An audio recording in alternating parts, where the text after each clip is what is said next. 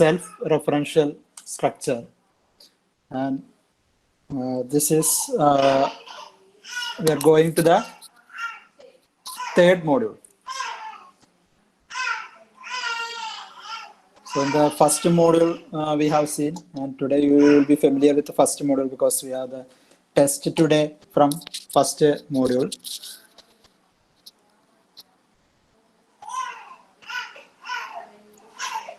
First module we have seen what is algorithm, its properties and its performance analysis, complexity, space complexity, time complexity, all such things. Then we have seen some part from the fifth module, whereas we have seen the some sorting mechanisms. Then we went to second module. There we studied some data structures using stack, some using array, and the data structures were the stacks, queues, etc. Then we have also seen linear search and binary search using array. So those things we studied with respect to first modules as well as second module, this linear search, binary search. Okay. So I didn't get any reply whether you are able to hear. Actually, I am keep on telling. I hope you are able to hear because I am getting.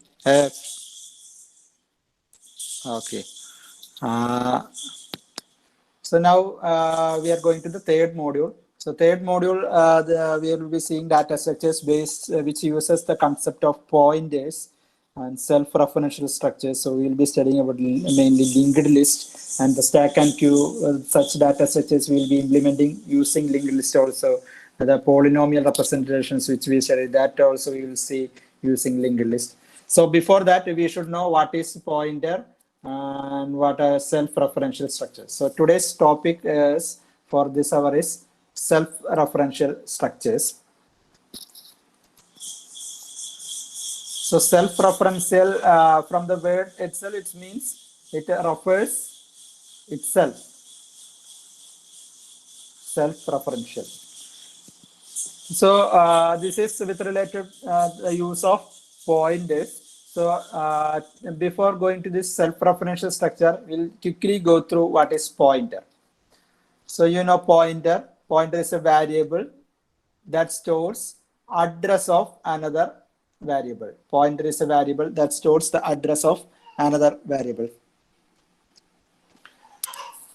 So variable means we told earlier we had a quick review of array structures etc. Before the beginning of second module. So here before the beginning of third module, just a quick review of pointer. A small review only. We are not going to detail. So we have memory like this, and each location we have some address 0, 1, 2, etc. or 1000, anything. And these things, sometimes a collection of some address or something we collectively called a variable, and we name or call it by a name A or B or I, J, K or some count, etc. So these are variables. So variables are something that represents memory location. And so pointer is also a variable. Pointer is a variable, but the difference is in pointer and normal variable is pointer stores address of another variable. So if the address of this location is 0, this variable A address is 0, then pointer to this one will be storing that one. A variable which is a pointer to this variable will be storing that address. Say something, this area, the address is 1000. So if you have a pointer P which points to this one, then that will be storing this address. So if I represent in another way, say this is a variable A, and which is stored in a address 1000, and it contains value 1. Then if you have a pointer P which stores the address of this means pointer, this is storing the address of this one. So it, okay. So what are the uses of pointers? Mainly we can change variables inside a function. So this is for reference. So normally, if you have a local variable, a function will have local variables, which is available only to that particular function. So if I do something, so if I have a function and I have a local variable, say int a, and whatever I do with a here, that will not be available anywhere outside this, that is inside main or any other functions. So if you want to have the same update visible there, either you have to return, otherwise if you use a pointer, if you change the values using the pointer, then that will be this accessible from the outside also. That is one I use. Then might have studied this pointers and other things in the first semester, or not first year, first year, second semester in C programming. So we are not going to detail. So just a review. Then array, for an array, if you access a particular member of a group array, then we can use pointer. So in C, if you have an array A, this is A of 0, then A of 1, like that. And in C, if you simply say A, then that represents the address of A of 0.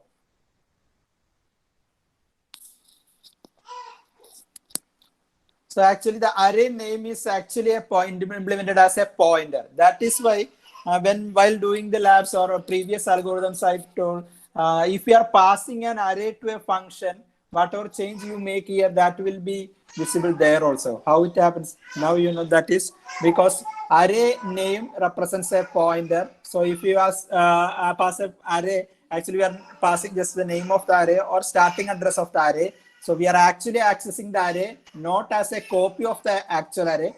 Instead, we are accessing the array using the pointer. That is why whenever we make a change, that change is not that change is reflected in the other place or original place. But if you pass just a copy, a variable like I written int a, if I call this function with the sum a, but that a and this a both are different. This is a local variable to this function. If I call from main function of a, that a is available only in main, and this a is available only in this function.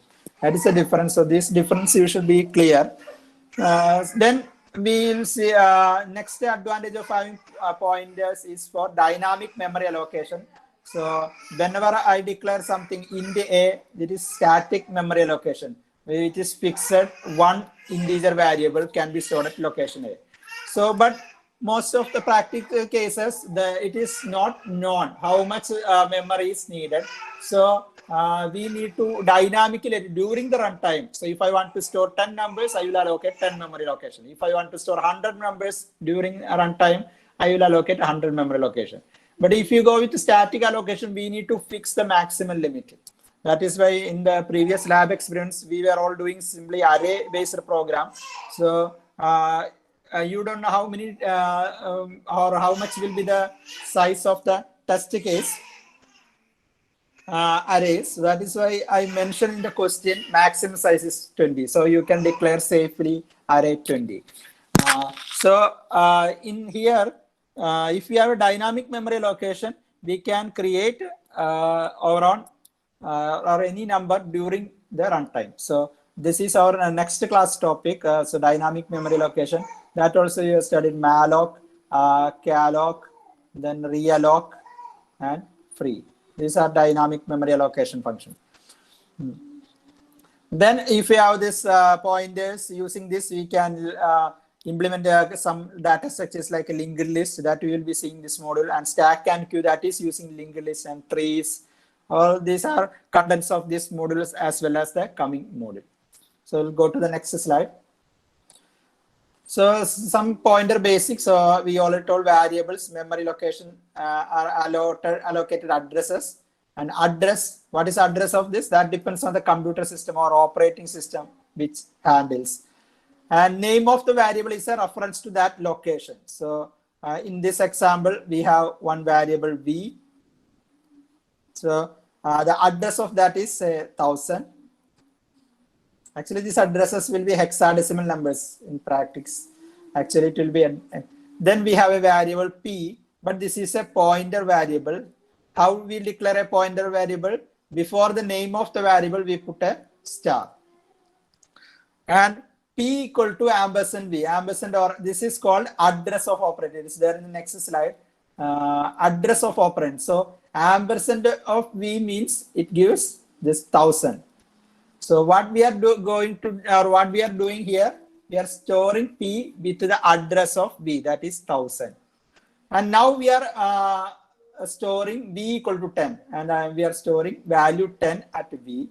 Now I am printing. If I print V, that you know, it's sure it's 10 will be printed. So this prints 10. What about star P? This star is indirection operator. That is there in the next slides. So that is used to get the value. So if I simply print P, that will be printing the content of P. What is the content of P? P, we have stored the address of variable V. So that is 1000. But if I use star P, it will be printing what is there in the location pointed by P. What is the location pointed by P? That is this V. And what is there? The value, that is 10. So that will be printing 10. So the output will be 10. Both will be 10, 10. Okay. This was a pointer based basic. So we already told what is address of operator. So this address of operator is ampersand, and it gives the location in memory of the variable. So now you know why there is a, you might have observed why there is an ampersand here. What is this? This is address of operator. So we are meaning whatever we scan from the keyboard or input device, that is stored to the address where, n of n. So that means that memory location. So if this is n and address 1000, so in that address we store. That is the idea. Okay. So address of A of 2 or ampersand A of 2 means it is the address of memory location 2 in array A of 2. Address of A of 2. And ampersand P means it's a memory location of P. So in the previous slide we told this is P. So P also will have an address A if it is 1000. So if I print ampersand P, it will be 2000. So if I print ampersand P, it will be printing 2000. And if I print simply P, it will be printing 1000. And if I print star P, so based on the previous example, if I print star P, ampersand P, and P, what will be the output? P means content inside that. So that is 1000. That is address of V. Ampersand P, address of P, that is 2000. And what about star P? Content pointed by P. So P is 1000. That is location 1000 contains the value 10. So this difference you should clearly understand.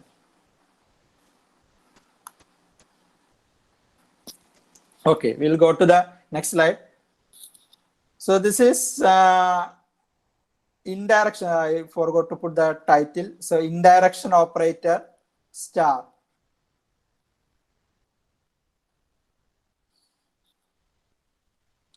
So a pointer variable contains a memory address, so that we are clear by now. So if I want to get the contents of that variable that the pointer points contents, so we use star P. So we already seen the example. Okay.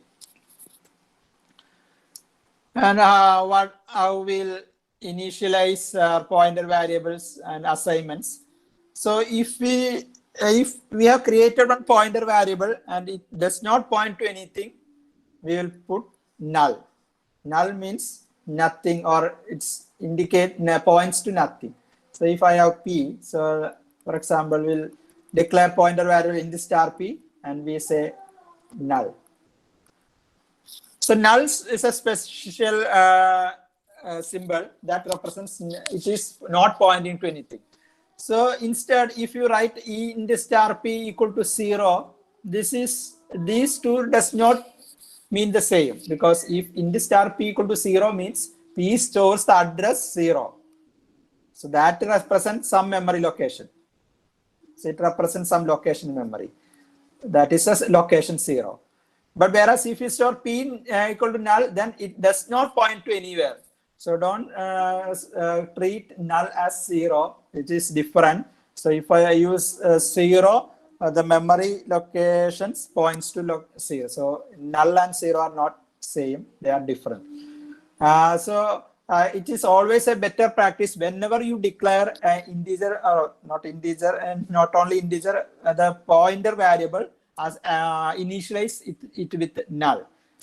So if we are in star p, just put null so that you can make sure that it does not pointing to anywhere accidentally.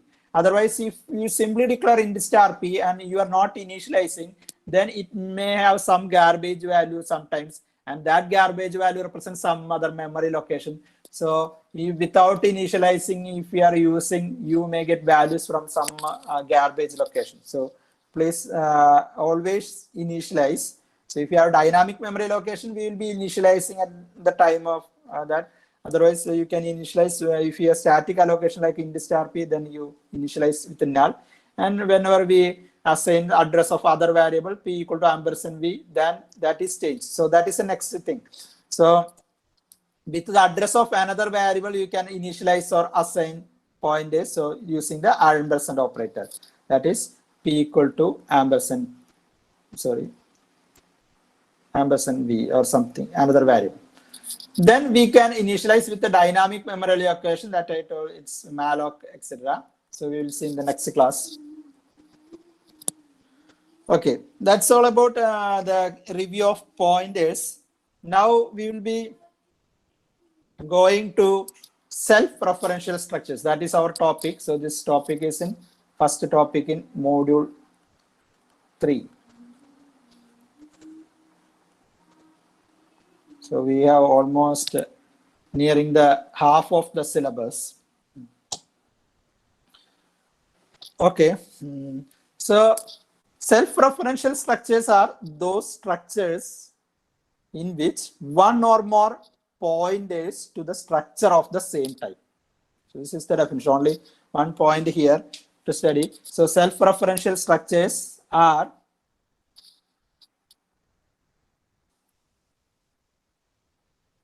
structures. So structures in which one or more pointers to the structure of the same type. So we have already seen the review of structure. That is why I'm not starting from there. So in the last module beginning, we see what is structure. So just I will tell once again. So if you have a structure, say S with the int A or int B.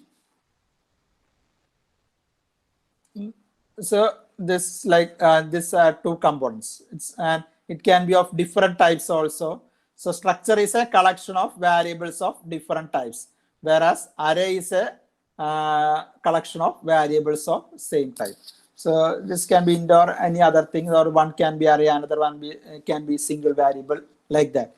So we told this is and when we declare this S1, this is the variable structure variable S1. So we have S1 are two components, A and B. It can be accessed like S1.A and S1.B. So and we can store or print the values with a dot operator. So these are called elements of structure. S1 is the structure variable, and S1.A is an element of the structure. S1.B is another element of the structure. Then you can access individual elements by using the dot operator. Dot operator. This is called dot operator. These are the things. So now coming to self-referential structure, these are structures. So it contains different types of values. So there is an integer variable, a character variable as an element. And other than those things, we have one or more pointers. So there is a pointer. And what is the speciality of pointer? So here there is only one pointer. It can be more than one also. These pointers are what type? Pointers are type the same structure. What is a structure? This structure was self, and this pointer is also of the same type, self. So structure self star ptr. So then such structures are called self-referential structures. So there in the self-referential structure, other than the so normal elements, we have a pointer element, and that pointer is of type same structure type. So what about the type of pointer? So when we discussed in introduction, we didn't say type of pointers. So type of pointer is the type of value it points, value at location it points.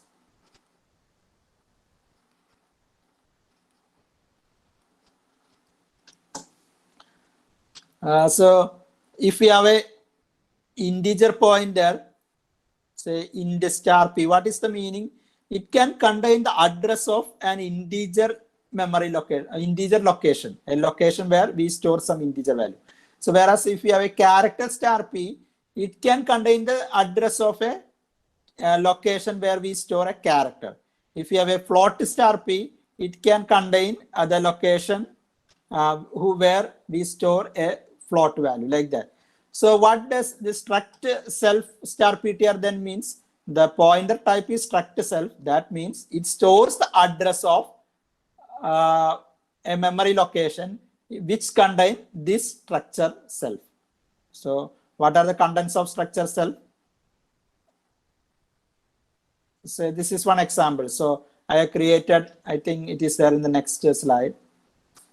Sorry, it's next slide contains a more detailed program. So I missed to write the program. The main part, it's there in the next slide. I will go with the next slide. So once we declare this structure, struct self, then how we create a variable struct self s1. So if we have s1 only, then s1 dot a equal to 1 means the a part, this is the a part, and this is, what is it, this b component or b element of s1, and this represent the ptr element. Similarly, for this struct, we have created a struct self s2. So this is s2 dot a, this is s2 dot b, and this is s2 dot ptr. So we have assigned s1 dot a equal to 1. So for a structure variable s1, the a element is 1, and s1 dot b is equal to a, and s1 dot ptr null. Null means points to nothing. So you remember we told 2 slides back.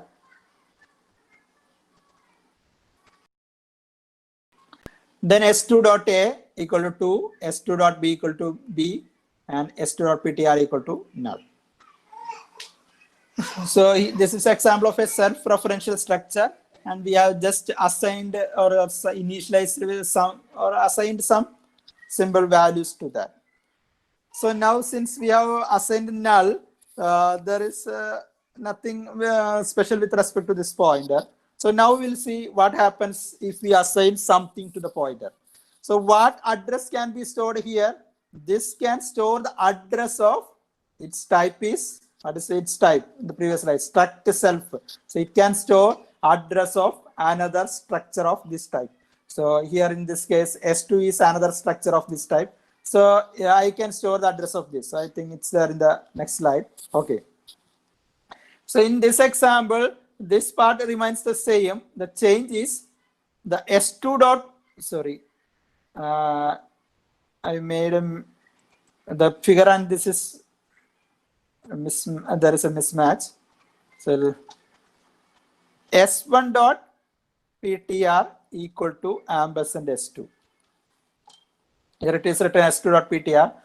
So S1 dot ptr equal to ampersand S2. So what happens? S2 is this. Suppose the address of S1 starts at 1000 and address of S2 start at 2000. So when I assign S1 dot, this is S1 dot ptr, and this is S1 dot a, this is S1 dot b, and this is S2 dot a, S2 dot b, S2 dot ptr. So what I assign S1 dot ptr equal to ampersand S2. So in that case, what happens? The ptr value here from null to it changed to 2000. Earlier we assigned with null, but later on we changed to 2000. So now we have S1 dot ptr equal to 2000. So S1 dot ptr contains the address of S2. So now I can access the S2 using this address. So using s1.ptr, I can access the components of s2. So when we have a pointer to then we told for a normal pointer, say for example again we told, so we have an integer v, then a star p which contains address of in this integer. Then in order to access the value we use star p. When we have a pointer to a structure, and we have a pointer star p that points to a structure. In order to access the components of this, simply star p is not enough. We have another operator. It's called arrow operator. It's a dereferencing or referencing operator. So when we have a pointer to a structure, in order to access the components, we use arrow. So we will write s1.ptr arrow a. That means s1.ptr, whatever that gives a location. In that location, so that will be a location of a structure. There, what is a? So a part or a component or element a. So similarly, s1.ptr arrow b. So even though we write arrow, we when we pronounce it or we read it, we can say dot, no problem. s1.ptr dot a. We may read like that, but still we draw an arrow. So, or for clarity, we can say s1.ptr arrow a or s1.ptr b. But when we read, you can like this s1.ptr dot a, like that we can read, no problem. Not it's normally we read like that only, dot a. But even we say dot, if it is a point through a pointer, we have to write the arrow operator in the program. So this is a operator in C program, arrow operator. Arrow operator is used to dereference structure elements through a structure pointer. Okay, so that is a next example. So here also the previous mistake is there. Please change to s1.ptr equal to ampersand s2. So then if I want to print the component contents of s2 using s1, we will write s1.ptr arrow a or dot a s1.ptr dot b. So it will print in this example what will be printed, s1 as 1a and null, whereas sorry 1a and this 2000 and s2 as 2b and null. Since we are printing s1.ptr a means s1.ptr points to s2, so s2's a will be printed, that is 1 and this is a, sorry this is b, sorry that is 2, s2's a and s2's b, and this is, sorry for the mistake, this is 2 and this is b. Okay, so this self-referential structures that are used to implement linked list. So we studied array. So linked list is a collection of elements by means of pointers. So how we can now already studied the basic for that. So now you know this is a structure. Then we can connect another structure with this, and then we connect one more. So this type of thing is called a linked list. Okay, so that will be seen the next topic in this module itself. Then we have tree normal like this. We have say a tree with max 3 subparts.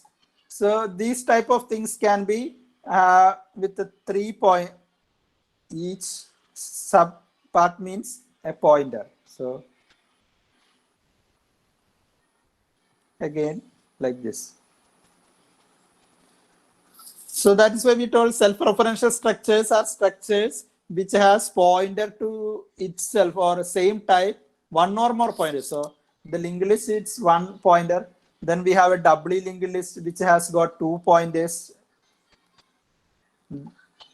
Then we have tree. Then binary search tree or binary tree, that's special is tree with the two things.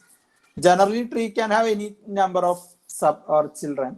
So this can be represented like this: 2 pointers and one value may be there.